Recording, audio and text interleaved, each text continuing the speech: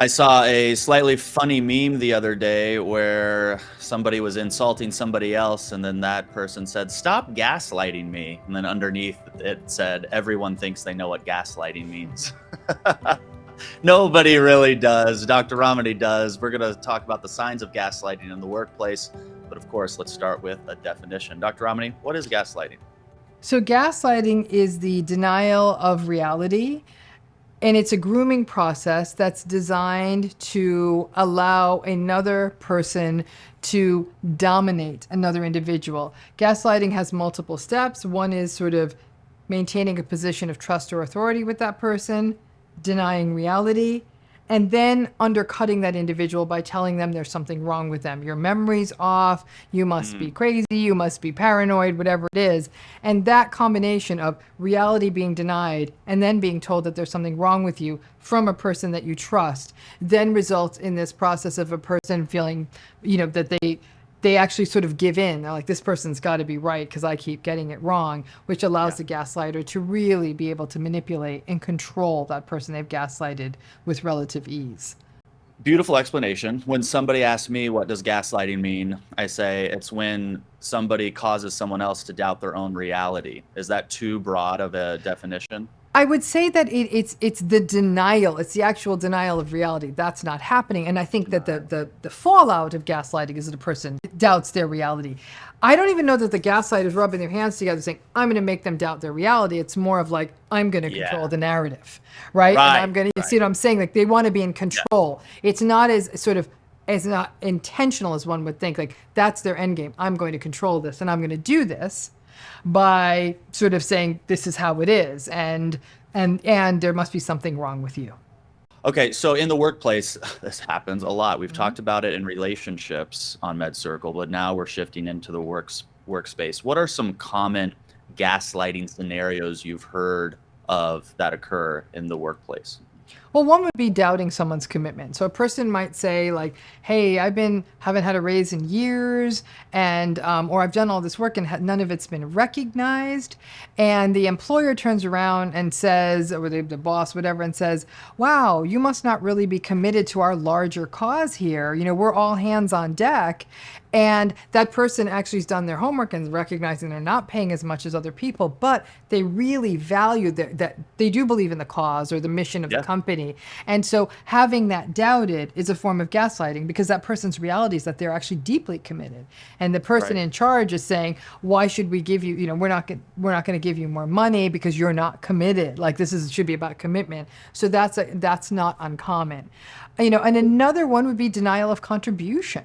That a person is their literal contribution to something, an idea, time, whatever, extra time, whatever. And then when a person pushes back and says, hey, I wrote that section of it, I came in over the weekend, that the gaslighter will then say to that, wow, you're really petty. Is that what this is? You're not about, this is about a team.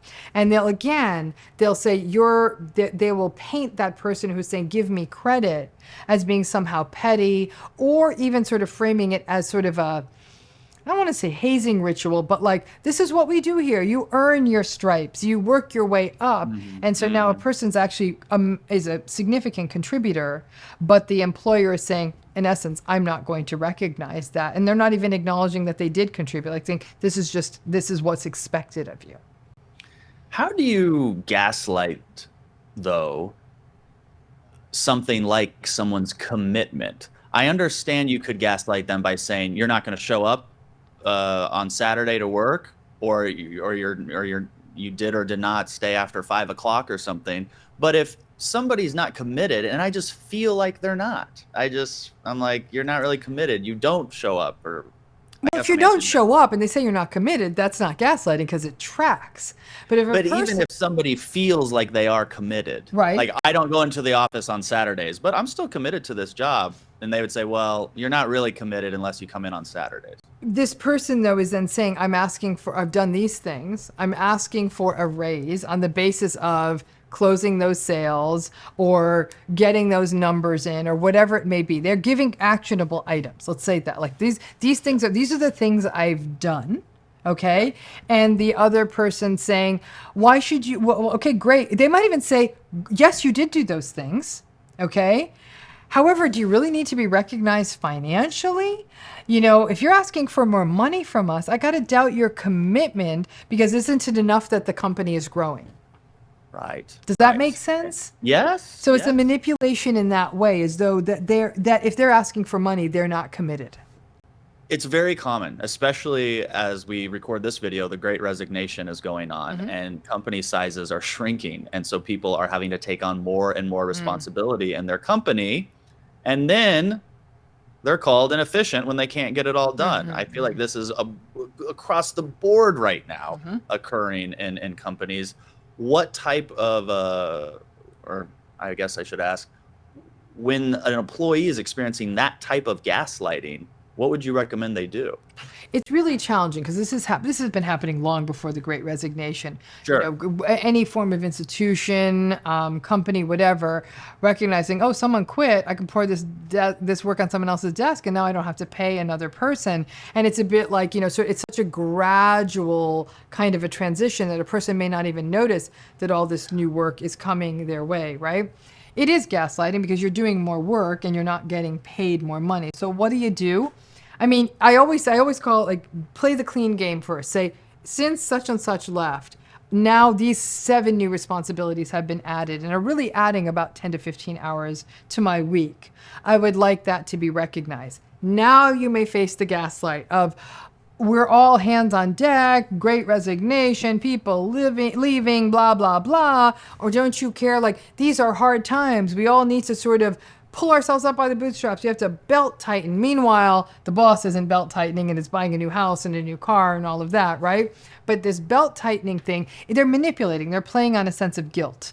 You know, so if that's happening, though, if you've really laid it out very clear, it seems that what you're doing, you've well documented, and they're making it about no, belt tighten, then you can either say, okay, then when can I expect this, and try to get it contractually. But I have to tell you this, ultimately, and this is a hard thing to talk about with workplace stuff, is there's a point at which you got to say, I'm done. I'm not doing this. And so I always tell people, before you say I'm done, go out there. Maybe go out and get another offer from someone and say, you know what, for this job and all these things I'm doing, someone else is offering me 25 grand more a year. So can you meet that? And the person will say, no, I can't. Well, then you're done, or you don't deserve that, or you betrayed us by going and looking for another job or getting another offer. If they're saying that, then the writing's on the wall. We live in very economically insecure times. Nobody has the luxury of storming out of a workplace.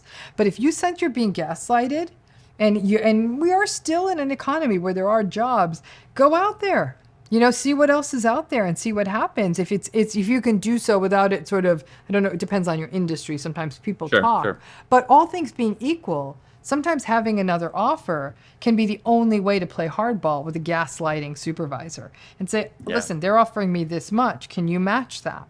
And see what happens. And if they make it more about betrayal and all that, now we know what this workplace is about. Really, if you stay there, you're really staying in a gaslighted situation. Yeah. What is blame deflection? So it would be where you might try to give feedback to someone, right? You'll say, hey, listen, we're noticing this trend in your work, and this isn't, you know, you're not, these deliverables aren't being made or whatever. And that person, instead of hearing that, will come back with, like, this isn't my fault. This is because you didn't give me a this, and you didn't give me a that, and you didn't do this, and you didn't do that. This doesn't fall under fully gaslighting, because what's happening is they're kind of just pushing back. It is a denial, though, because what they're not doing is responding to you didn't meet these job parameters. And instead of taking ownership of that, they're saying, I couldn't because of these reasons. It really sort of stymies the conversation because the person's not growth oriented. So it's not a pure example of gaslighting, because they're still sort of acknowledging reality. Yeah, okay, sure, I didn't do those things, and it's your fault. Is also a bit of a twist on that, because it depends on how true that is. That they say, I didn't get a new computer that you promised me, or this. Okay, sure, maybe. But if the things are saying, well, it's not fair and nobody's nice to me and it's really ephemeral stuff, that might fall more in that space. But it's very common, especially when you have more antagonistic or sort of thin-skinned employees where when you do try to give them feedback, either they blame shift or they even threaten litigation. What do I do in the moment when I'm being gaslit? So when you're being gaslighted in real time, you do not give up on your reality, or on reality, I should say, nor do you capitulate to theirs. So the most pure example would be say, look, someone will say you trust, who's your boss, the sky is purple, and say, that's an interesting point of view. I see something different. That's your experience. So you really, it's the sense of you don't, or you say nothing. You sort of nod and say, okay. But you don't tango with it, right? You don't defend it. You don't try to, because a gaslighter is going to double down on their point of view, right? So if you say, they say you're not doing your work and say, look, the evidence base.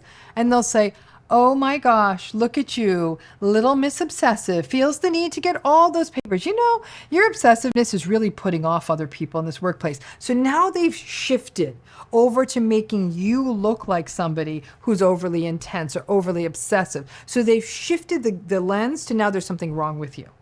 But what they haven't addressed is this issue of you're not getting compensated, right? The gaslighter is never going to cop to it the way a liar would. A liar will say, all right, you caught me in the lie. Got it. I was lying. Right. Sorry. But the gaslighter is not, because they have a different end game. And so they're not going to move off their position. So if you push back, now they're going to start going after you as a person. So there's no point in the tango.